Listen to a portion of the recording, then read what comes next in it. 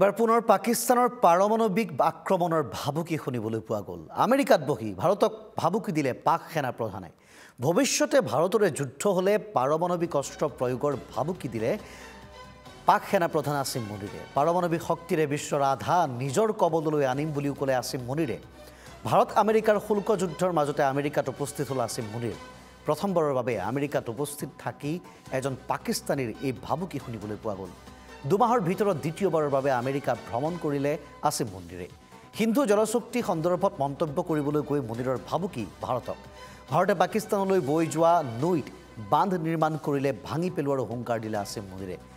বিশ্ব মানচিত্ৰত এক গুৰুত্বপূৰ্ণ প্ৰসংগ, বিশ্ব ৰাজনীতিৰ এক গুৰুত্বপূৰ্ণ প্ৰসংগ, বিশ্ব সামৰিক অভ্যুত্থানৰ এক গুৰুত্বপূৰ্ণ প্ৰসংগ। কাৰণ যি সময়ত পাকিস্তানৰ শুল্ক নীতিৰ বাবে ভাৰতৰ সৈতে সম্পৰ্ক কিছু তিক্ত হোৱাৰ সময়তে ৰাছিয়াৰ সৈতে ভাৰতৰ সম্পৰ্ক ক'ৰবাত ভাল হৈছে, চীনৰ সৈতে ভাৰতৰ সম্পৰ্ক ক'ৰবাত ভাল হৈছে, সেই সময়তে পাকিস্তানৰ সেনাপ্ৰধান আসিম মুনিৰে আমেৰিকাত উপস্থিত হৈ যি ভাবুকি প্ৰদান কৰিছে পাৰমাণৱিক অস্ত্ৰ নিক্ষেপৰ, সেই ভাবুকিয়ে বিশ্বৰ সচেতন লোকক এই মুহূৰ্তত চিন্তিত কৰিছে। বিশ্বৰ সচেতন মহলে এই মুহূৰ্তত চিন্তিত হৈছে আসিম মুনিৰৰ এই ভাবুকিক লৈ।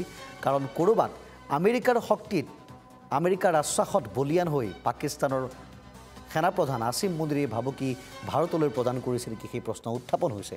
কাৰণ অনাগত সময়ত ভাৰতৰে যুদ্ধ হ'লে পাকিস্তানে পাৰমাণৱিক অস্ত্ৰৰ ব্যৱহাৰৰ হুমকি দিয়াৰ লগতে উল্লেখ কৰিছে যে বিশ্বৰ আধা তেওঁলোকে নিজৰ কবলত আনিব পাৰিব। বিগত সময়ত পাক ভাৰতৰ যুদ্ধৰ সময়ত এক প্ৰকাৰ থৰকাচুটি হেৰুৱাইছিল পাকিস্তানে। পাকিস্তানৰ প্ৰতিটো ড্ৰোন আক্ৰমণ প্ৰতিহত কৰিছিল ভাৰতৰ প্ৰতিৰক্ষা সিস্টেমে। আৰু তাৰ পিছত এনেধৰণে পাকিস্তানৰ সেনাপ্ৰধান আমেৰিকাত উপস্থিত হৈ পাৰমাণৱিক অস্ত্ৰৰ যি ব্যৱহাৰৰ ভাবুকি দিছে, সেই ব্যৱহাৰৰ ভাবুকিক লৈ ভাৰতে পৰৱৰ্তী সময়ত কি প্ৰত্যুত্তৰ দিয়ে, কি পদক্ষেপ লয়, সেয়া হ'ব লক্ষণীয়।